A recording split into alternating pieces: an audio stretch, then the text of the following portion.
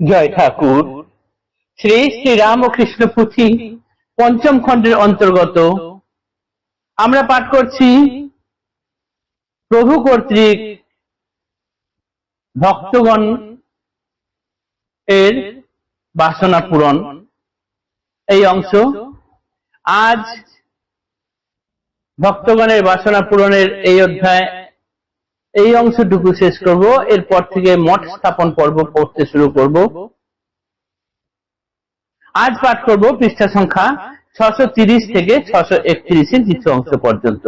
এর আগে গত দিনের বিভীষিকাময় রাত্রির ঘটনাটুকু একটু পাঠ করে নিই। যে ঠাকুর 1 চামচ সুজি খেতে পারেন না, তিনি প্রায় অর্ধেক দিন সমাধিস্থ থেকে পরে যখন ঘুম থেকে সমাধি ভেঙে উঠলেন দুপুর বেলায়, উঠেই বললেন আমার খুব খিদে পেয়েছে, খাবো। 1 গামলা সুজি নিজে খেয়ে ফেললেন। খেয়ে তৃপ্তির স্বরে বললেন আহ, যেন প্রাণটা জুড়ালো। তারপর সন্ধ্যা হলে পরে, এবার সেটা সন্ধ্যেবেলাকার ঘটনা, এবার নরেন তখন বললেন এতটি খেয়েছো, এবার তুমি একটু বিশ্রাম করো, ঘুমানোর চেষ্টা করো, শরীরটা একটু আরাম পাবে। উপস্থিত সমস্ত ভক্তগণ যে যেটা পারলো, কেউ পা টিপে দিচ্ছে, কেউ পায়ে হাত বুলিয়ে দিচ্ছে, ঠাকুর যাতে একটু ঘুমান, একটু বিশ্রাম নেন। নরেনও ঠাকুরের পা টিপে দিচ্ছেন।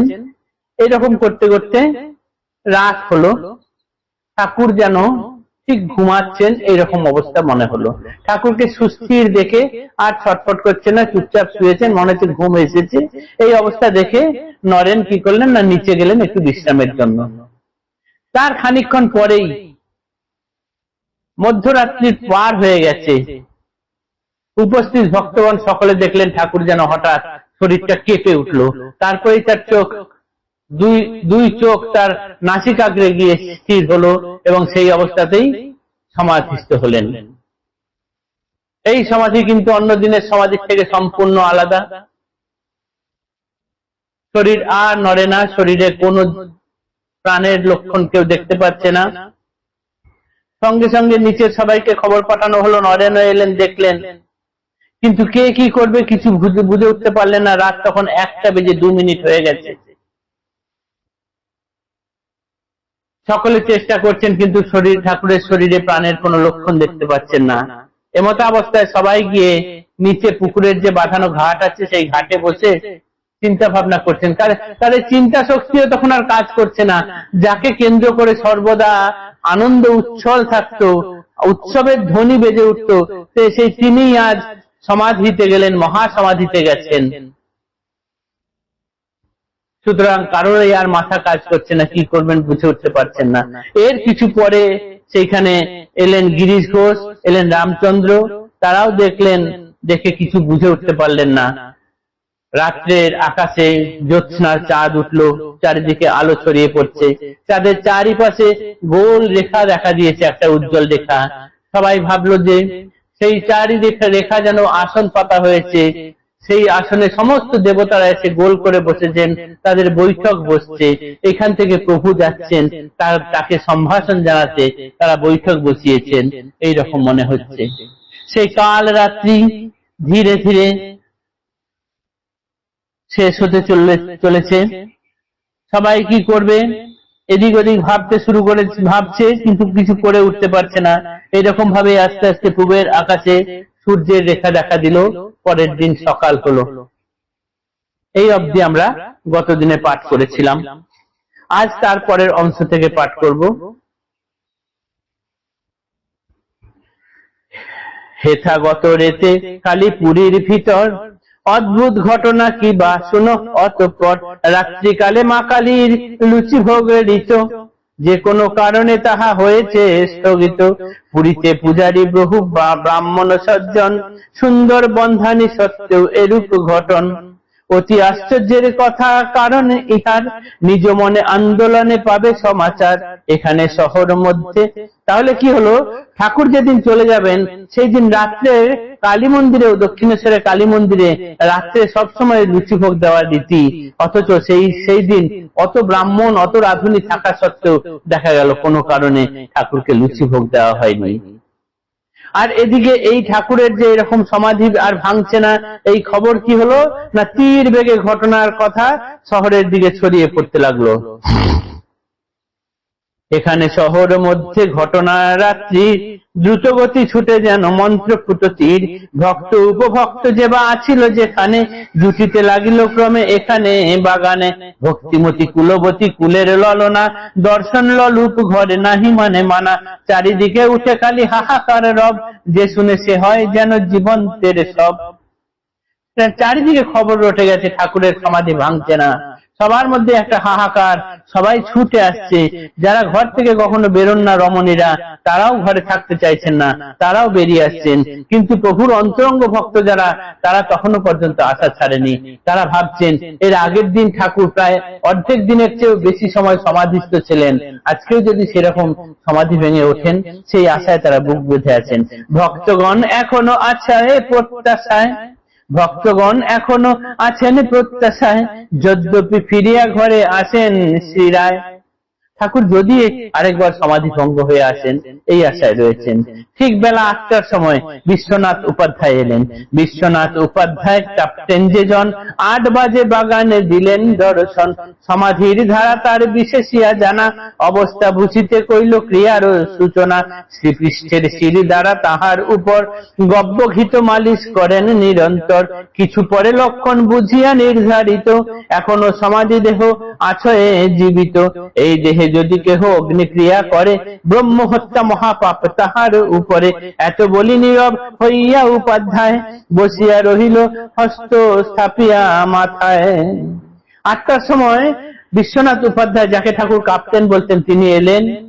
তিনি সমাধির ব্যাপারটা খুব ভালো বুঝতেন, তাই তিনি ঠাকুরকে পরীক্ষা করলেন।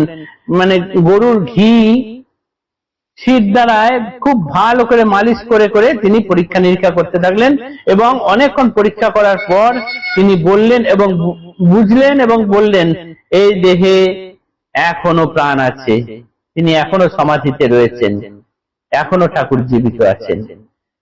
কিছু পরে লক্ষণে বুঝিয়া নির্ধারিত, এখনো সমাধি দেহ আছে জীবিত, এই দেহে যদি কেহ অগ্নিক্রিয়া করে, ব্রহ্ম হত্যা মহাপাপ তাহার উপরে। তিনি ৮টার পরে এসেছেন, তারপরে পরীক্ষা করে দেখে তখনও বলছেন যে এখনো ঠাকুর এখনো সমাধিস্থ অবস্থায় আছে, তিনি এখনো এই দেহে জীবিত আছেন, এই দেহ এখন অগ্নিক্রিয়া করা যাবে না। যদি কেউ এতে অগ্নিক্রিয়া করে তাহলে তিনি ব্রহ্ম হত্যার মহাপাপে পতিত হবেন। এই বলে তিনি নিজেও তার মাথায় হাত দিয়ে চুপচাপ বসে রইলেন সেখানে। দুপুর 12টা পার হয়ে গেল, তারপরে এলেন মহেন্দ্র ডাক্তার। দুপুর হইয়া প্রায় ঘন্টা অতীত, হেনকালে মহেন্দ্র ডাক্তার উপনীত, পরীক্ষা করিয়া কন বিষাদে বিভোর, দেহত্যাগ হইয়াছে আধ ঘন্টা জোর। 1টা নাগাদ মহেন্দ্র ডাক্তার এলেন, এসে তিনি পরীক্ষা করলেন, পরীক্ষা করে বললেন এই 8 ঘন্টা খানেক হলো ঠাকুর এই দেহ ত্যাগ করেছেন। ভক্তবর্গ ভর দিয়া তাহার কথায় শেষ কর্ম সম্পাদনে, ভক্তবর্গ ভর দিয়া কথায় তাহার শেষ কর্ম সম্পাদনে করেন জোগাড়। এতক্ষণ পর্যন্ত ভক্তরা দোলায়মান ছিলেন ঠাকুর ফিরে আসতে পারেন, কিন্তু এখন ডাক্তারবাবুর কথা শুনে বুঝলেন 8 ঘন্টা আগেই ঠাকুর নিত্যধামে চলে গেছেন। তাই এবার তারা শেষ কর্মের জোগাড় জানতে শুরু করলেন।